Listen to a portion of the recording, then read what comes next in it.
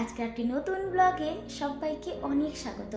যে যেখান থেকে ভিডিওটি দেখছো আশা করছি সবাই খুব ভালো আর সুস্থ রয়েছো। আমরাও কিন্তু বেশ ভালোই আছি। আজ হচ্ছে শনিবার, সকাল থেকেই ভিডিওটি আমি শুরু করলাম। আর তোমাদের কাছে আমার একটাই রিকোয়েস্ট, আমার ভিডিওটির সাথে তোমরা প্রথম থেকে শেষ অবধি প্লিজ সঙ্গে থেকো। আজ তো শনিবার, আর এই ছুটির দিনগুলোতে না সকালটা একটু দেরি করেই শুরু হয়, তবে ঘড়ি কাটায় এখন বাজে ওই 8টে মতো। তো ফ্রেশ হয়ে এখন এসেছি ব্রেকফাস্ট বানাতে। আজকাল দেখছি সকালে ঘুম থেকে উঠেই না গলাটা বেশ একটু খুসখুসে করছে, তো ওই জন্য একটু গ্রিন টি আর সঙ্গে দুটো বিস্কিট আর এই কেকটা নিয়েছি। কালকে গেছিলাম তো অফারে পেয়েছি বলে নিয়ে এলাম। তো এটাই হচ্ছে আজকে সকালের ব্রেকফাস্ট।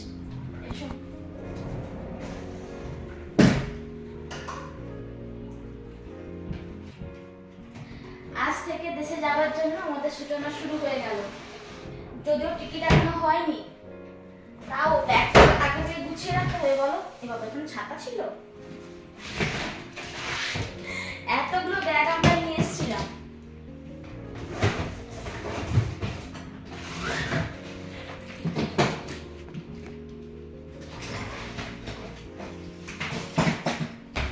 এ বাবা, এটা তো চেনটাই লাগানো হয়নি, ভেঙে ঠেঙে যায়নি তো? এটা কিছু খারাপ হয়ে যায়নি তো?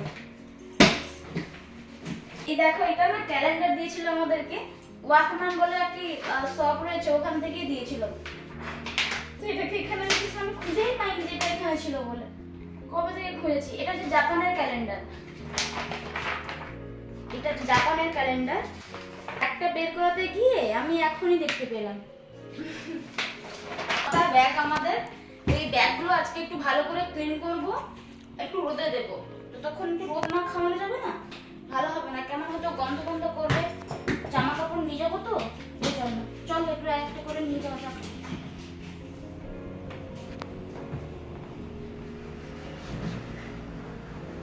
জল লাগিয়ে দিয়েছি হালকা হালকা দিয়ে, এবার ভালো করে মুছে নেব। এগুলো না মুছলে না হবে না, কেমন দেখে ধুলো ধুলো হয়ে গেছে।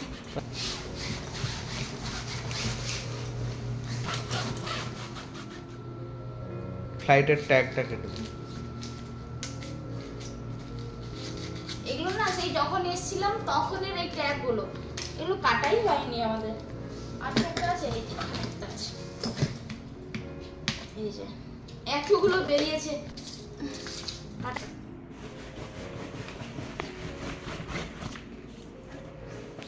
এই ব্যাগটা সব থেকে বড় ব্যাগ,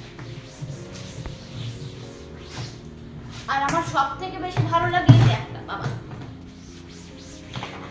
আর এই যে আমরা এখানে আমাদের নাম লিখে দিয়েছি আর ফোন নাম্বার রেখে দিয়েছিলাম যদি কোনোভাবে মানে হারিয়ে যায়। আর এই দেখো, এই যে এরকম পিঙ্ক কালারের সুতো সব জায়গায় বেঁধে দিয়েছিলাম, তাতে চিনতে সুবিধা হয়, কারণ ছটা ব্যাগ তো ওই জন্য।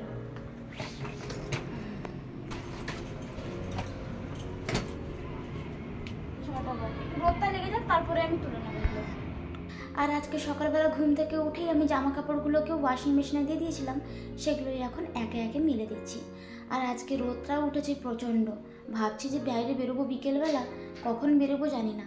আজকে রোদের তাপমাত্রা পুরো ওই 38 ডিগ্রি সেলসিয়াস। জাপানে যে এত গরম পড়তে পারে সে ভাবার বাইরে ছিল, জানো তো। যাই হোক, এখন চলে এসেছি বিছানাটাকে সুন্দর করে গুছিয়ে নিতে। তো সকালে এই পুরনো বেডশিটগুলোকে আজকে ধুয়ে দিয়েছি, দিয়ে এখন একটা নতুন বেডশিট পাতিয়ে দিচ্ছি। তো বিছানাটা গুছিয়ে নিলেই তারপরেই আমি রান্না করতে যাব। এদিকে কাজগুলো শেষ করে দিয়ে ওদিকে গেলে অনেকটা সুবিধা হয়। আর জানো তো, আজ আমরা ভীষণ খুশি। কেন বলো তো? এই যে ঘর যাবো তার আগে থেকে সমস্ত প্রস্তুতি আজ থেকেই শুরু করে দিলাম। যদিও বা এখন টিকিট হয়নি, কিন্তু তার জন্য যে প্রস্তুতি শুরু করে ফেলেছি সে এক যেন আলাদাই আনন্দ। এই দেখো আমি কি পেয়েছি। প্রথমবার আমি পেলাম এই যে পুঁই শাক। প্রতি শুক্রবার যাই গ্রসারি বাজার করতে, তো কালকে গেছি, তো আন্টির দোকানে গিয়েই দেখি এই পুঁই শাক। প্রথমে তো আমি ভালো করে স্মেল করে দেখলাম যে না এটা পুঁই শাকই, দেখে এত খুশি হয়ে গেছি আমি যে আমি দুটো প্যাকেট নিয়েছি। আর এই প্যাকেটগুলোর প্রাইস ছিল একটা 150 ইয়েন করে, মানে 300 ইয়েন নিচে দুটো প্যাকেট, মানে আমাদের ইন্ডিয়ান প্রাইসে কত হবে? 200 টাকার মতো। বলো ওই 200 টাকার কাছাকাছিই হবে এইটা। তো বলবো অনেকটাই কম দামে পেয়েছি। আজকে এই পুঁই শাকের তরকারি রান্না করব। তো এরকম নতুন কিছু শাকসবজি দেখতে পেলে ভীষণ ভালো লাগে। তো এই যে এখানে আমি চচ্চড়ি করব, মিক্স ভেজ করব। তো এখানে সব কিছু কাটাকুটি করে রেখেছি। আর পুঁই শাক দিয়ে আজকে রান্না করব। সবসময় তো পালং শাক বা এমনি সবজি দিয়ে করি, আজকে পুঁই শাক দিয়ে করবো। আর হ্যাঁ, আজ থেকে আমাদের তো বললামই যে দেশে যাওয়ার জন্য সূচনা শুরু হয়ে গেছে, সমস্ত কিছু ওখানে দিয়ে এসেছি রোদে। আর এদিকে ভাতটাও বসিয়ে দিয়েছি। তো ওদিকে মোটামুটি সমস্ত কাজ শেষ করে ভাবছি এখন রান্নাবান্নার দিকে মন দেবো, মানে এদিকে রান্নাবান্নার কাজগুলো শুরু করব। অনেক দেরি হয়ে গেছে, প্রায় 12টার মতো বাজতে যায়। তো এই যে ব্যাগ ট্যাগ বের করতে করতে না অনেক দেরি হয়ে গেছে জানো তো। তো চলো এবার রান্নাটা বসাই, তারপরে গিয়ে বাকি কাজকর্মগুলো করবো।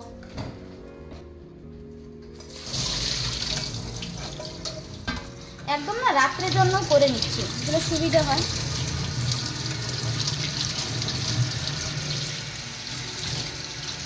এইসব তরকারিতে না তেল তো বলতে গেলে লাগেই না, কারণ একদম তো সেদ্ধই করে হয়, সেদ্ধতেই হয়ে যায়।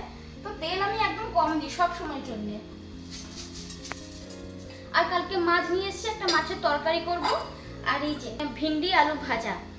তো এই ভেন্ডি কটা থাকে জানো তো, ওই গুনে গুনে 5টা কি 6টা থাকে, তাও তো এইটুকু সাইজের। তো ভাজা করলেই বেশি ঠিক আছে। ওইটুকু ভেন্ডিতে কি রান্না করবো বলো তো।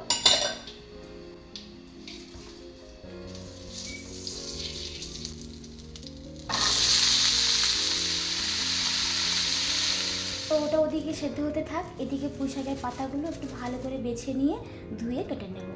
তো এখানে না মোট ওই 7টা কি 8টা মতো পিসেস ছিল। তো আমি ভাবছিলাম যে পাতার ভেতরে হয়তো কোনো কিছু ধুলো বা একটু পোকা টোকা থাকবে। দেখো পাতাতে না একটাও পোকা থেকে শুরু করে কিচ্ছু ছিল না, একটা ধুলো পালিও ছিল না। খুব সুন্দর করে ধুয়ে পরিষ্কার করে রাখা থাকে। তো মাঝে মধ্যে হয়তো 1টা 2টো বেরোয়, তবে বেশিরভাগ সময় একদম সুন্দর পরিষ্কার করে রাখা থাকে। আর এরা কিন্তু এইরকমই প্যাকেটে করে রাখে।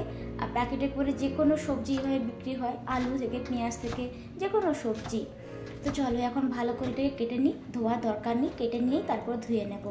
আর এই যে বড় বড় ডান্ডিগুলো রয়েছে এগুলোকে ছোটো ছোটো পিস করেই দিয়ে দেবো। তো আগে থেকেই না ডান্ডিগুলো দিয়ে ওইরকম পরেই একটু সেদ্ধ হয়ে যাওয়ার পরে এই যে এখন শাকটাকে তুলে দিলাম। এবার নেড়ে চেড়ে একটু ঢাকা দিয়ে দেবো। আর এবার এদিকে ওই যে বললাম না মাছের ঝোলটা রান্না করব। আর ওই যে গত সপ্তাহে গেছিলাম বাজার করতে, তো জুকিনি নিয়ে এসেছিলাম না, তো এতদিন হয়ে গেছে রান্না করিনি। তো আর জুকিনিগুলো দেখছি এখন বেশ বুড়ো হয়ে গেছে, আর মনে হয় নিয়ে আসা যাবে না। তো থাক আজকে রান্নাটা করে দিই। আজকে ভেবেছি মাছের ঝোলটাই করে দেবো আলু আর জুকিনি দিয়ে। এই যে মাছটা বের করে নিয়েছি ফ্রিজ থেকে, এবার এটাকে ভালো করে ধুয়ে নেব।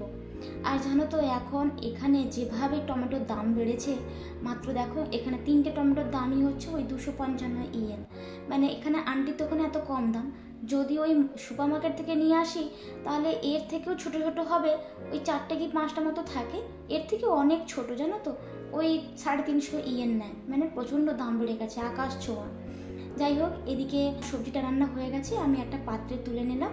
এবার মাছের ভাজাটা বসিয়ে দেবো। এই দেখো কতটা অল্প তেল দিয়েছি, এতেই আমার 4টে মাছ সুন্দর করে ভাজা হয়ে যাবে। সেদিন কোনো এক দিদিভাই আমাকে বলেছিল তুমি এত অল্প তেলে কি করে ভাজো গো, তুমিই পারো। অ্যাকচুয়ালি দিদিভাই এখানে না মাছগুলোকে আগে থেকে ভালো করে ধুই, ওতে বাটার মিশিয়ে রাখা থাকে, মাখিয়ে রাখা থাকে। তো আমি এক্সট্রা করে আর বেশি তেল দিই না। আর সালমন মাছকে তো বেশি ভাজতে হয় না, জাস্ট এপিট ওপিট একটু একটু করে ভাজলেই হয়ে যায়। এই দেখো কতটা তেল বেরিয়েছে, আমি যেটুকু দিয়েছিলাম অতটাও বেরিয়ে গেছে। তো এরপরে না আমাকে একটুখানি তেল দিতে হয়, দিলেই আমার মাছের ঝোলটাও হয়ে যায় আর কি। বেশি তেল একদমই লাগে না। আর আজকে একদম অল্প তেল দিয়ে করেছি, মাছের কালারটা এরকমটাই এসছে। তো স্নান টান করে আমি সমস্ত কিছু গুছিয়ে এখন খেতে বসেছি। তো এই যে আজকে ভাতের থালাটা খুব সুন্দর করেও সাজিয়ে নিয়েছি। তো এখন খাওয়া দাওয়া শেষ করে ওই ঘড়ি কাটা এখন বাজে পুরো 3টে মতো, তো বেরিয়ে পড়েছি। আজকে অ্যাকচুয়ালি তাড়াতাড়ি একটু বেরিয়েছি, অন্যান্য দিন কী হয় ওই 4টার সময় বেরোয়, আজকে একটু তাড়াতাড়ি বেরিয়েছি। কেন বলো তো, আজকে যাব একটা আমার অনেক দিনের একটু স্বপ্ন পূরণ করতে। যখন জাপানে এসেছিলাম, এসে এখানে প্রায়শই দেখতাম সবাইকে যে এই যে স্কার্ট পরতে, আমার ভীষণ পছন্দ স্কার্টও। তো এখানে স্কার্টগুলো না একটু অন্যরকম আর ভীষণ সুন্দর সুন্দর ডিজাইনও রয়েছে। তো আমি ভেবেই রেখেছিলাম যে আমি একটা স্কার্ট নেব। তো অনেকদিন থেকে এর আমি একটা তল্লাশেই ছিলাম যে কবে একটা সুন্দর দেখে স্কার্ট আমি পাবো, দিলে আমি নেব। তো গত সপ্তাহে এই স্টেশনের উপরে মলগুলোতে ঘুরতে ঘুরতে এই শপটা আমার চোখে পড়ে। আর এখানে যে ড্রেসগুলো রয়েছে ভীষণ পছন্দ হয়েছিল আমার। আর এখানে একটা স্কার্ট আর একটা টপ আমার ভীষণ ভালো লেগেছিল। তো তখনই ভেবেছিলাম নিয়ে নেবো, কিন্তু কোনো কারণবশত নেওয়া হয়নি। তো এই জন্য আজকে চলে এসেছি তাড়াহুড়ো করে। পুরো সপ্তাহটা আমি ভাবছিলাম যে বিক্রি হয়ে গেছে, কিনি পাবো কি পাবো না সেটাই, কিন্তু অবশেষে দেশে দেখি না জিনিসটা পেয়ে গেছি, বিক্রি হয়নি। তো এখানে আরও দেখলাম বেশ সুন্দর সুন্দর আরও কিছু টব এসছে। তো অ্যাকচুয়ালি জিনিস যখন আমরা নিই তো তাকে ভালো করে দেখে বুঝে নেওয়াটাই ভালো। আর এখানে জিনিসপত্রের দাম তো প্রচুরই, তো সেজন্য আমি যে কোনো জিনিস নেওয়ার আগে একটু ভালো করে দেখে বুঝে নিই।